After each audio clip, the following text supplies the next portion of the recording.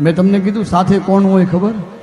લાકડા હોય ને, ભેડા આવીને અમે બળશું. આ જીવન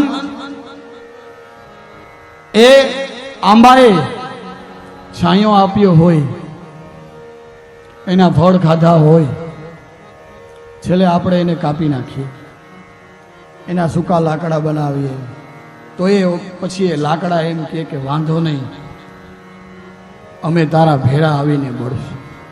એક સાથે આવે છે, બાકી કોઈ નથી. અને ભય એનો જ છે. અને પછી બતાવી છે ક્રમ મુક્તિ અને સદ્ય મુક્તિ. ત્યારબાદ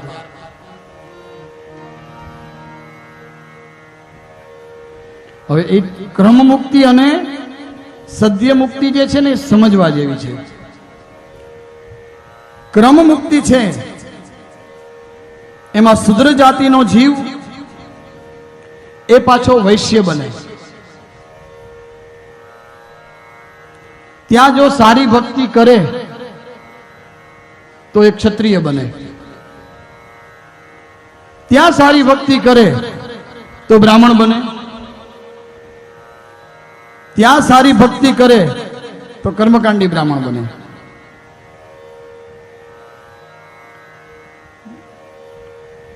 અને એમાં જો ત્યાં સારા કામ કરે કર્મકાંડી બ્રાહ્મણ બન્યા પછી તો યોગી બને.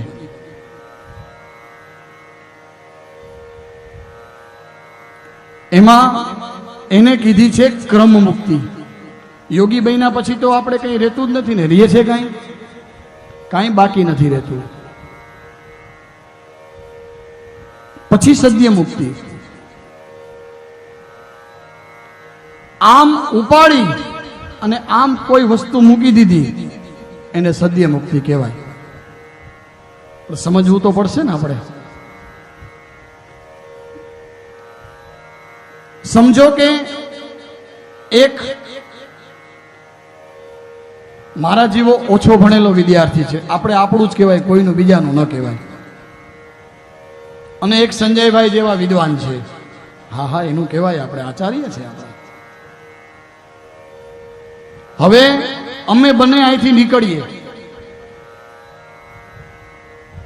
એટલે સમજો કે મારી પાસે ભજન છે એટલે મારી લાગવત છે.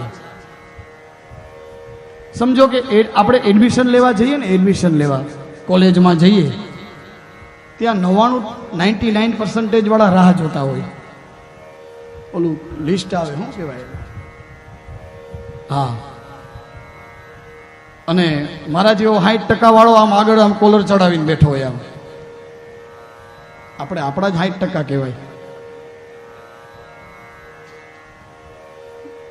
અને એમાં અરે તું, ઓલો વિદ્યાર્થી કે ને મિત્રોમાં તો તુકારો હોય ને મીઠો, અરે તું, તો કે હા હું, તો કે અરે તારે તો 60% જ. વાત સાચી, મારા ભાઈની ઓળખાણ છે.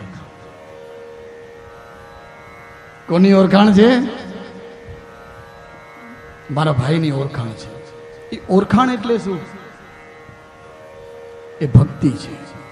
એક જન્મ, બીજો જન્મ, ત્રીજો જન્મ, આને કીધી સદ્ય મુક્તિ.